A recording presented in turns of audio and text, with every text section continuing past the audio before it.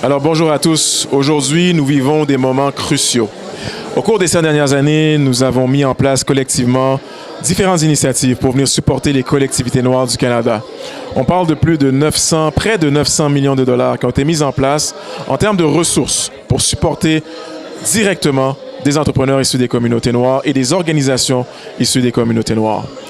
Ces initiatives ont été transformatrices, non seulement pour les collectivités noires du Canada, mais pour le Canada au complet.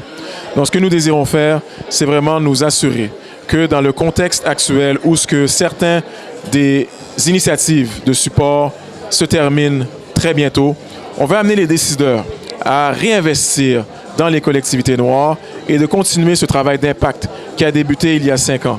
Lorsqu'on parle de travail d'impact, aujourd'hui, on parle de travail d'impact en termes de création d'emplois. L'initiative d'appui aux communautés noires, qui est une des initiatives qui ont été mises en place au cours des 5 dernières années, a pu, dans le cadre de renforcement de capacité, créer plus de 3000 emplois. Aussi, en termes de ressources, elle a pu faire en sorte que ces organisations à but non lucratif, toujours dans le cadre de leur renforcement de capacité, aient pu avoir plus de 20 000 bénévoles supplémentaires. On a également le programme d'entrepreneuriat des communautés noires, qui est un fonds de 272 millions de dollars, par le biais duquel les entreprises noires ont été supportées et ces entreprises noires collectivement ont pu créer plus de 3800 emplois. Donc, c'est de donner des impacts qui permettent de dire que ces programmes-là fonctionnent.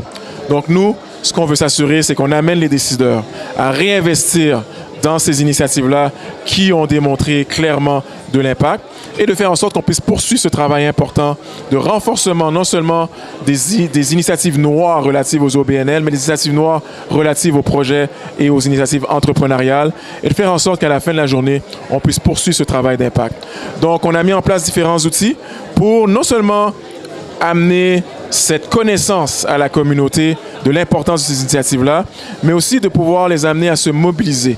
Se mobiliser pour pouvoir parler d'une voix unique, une voix surtout influente, qui va faire en sorte de pouvoir nous aider à amener les décideurs à prendre la décision de réinvestir dans ces initiatives qui ont été transformatrices, non seulement pour les collectivités à travers le Canada, mais également pour le Canada dans son ensemble.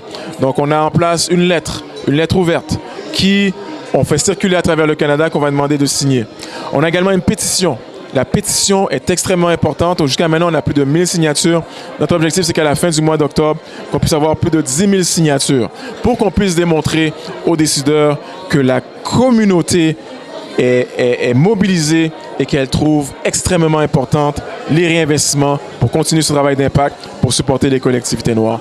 Donc, on vous amène à signer cette pétition, signer cette lettre ouverte pour démontrer votre support, pour faciliter le travail de représentation et assurer qu'on puisse amener ces investissements importants pour supporter et continuer le travail d'impact qu'on a commencé au cours des dernières années. Donc, partagez cette pétition. Merci.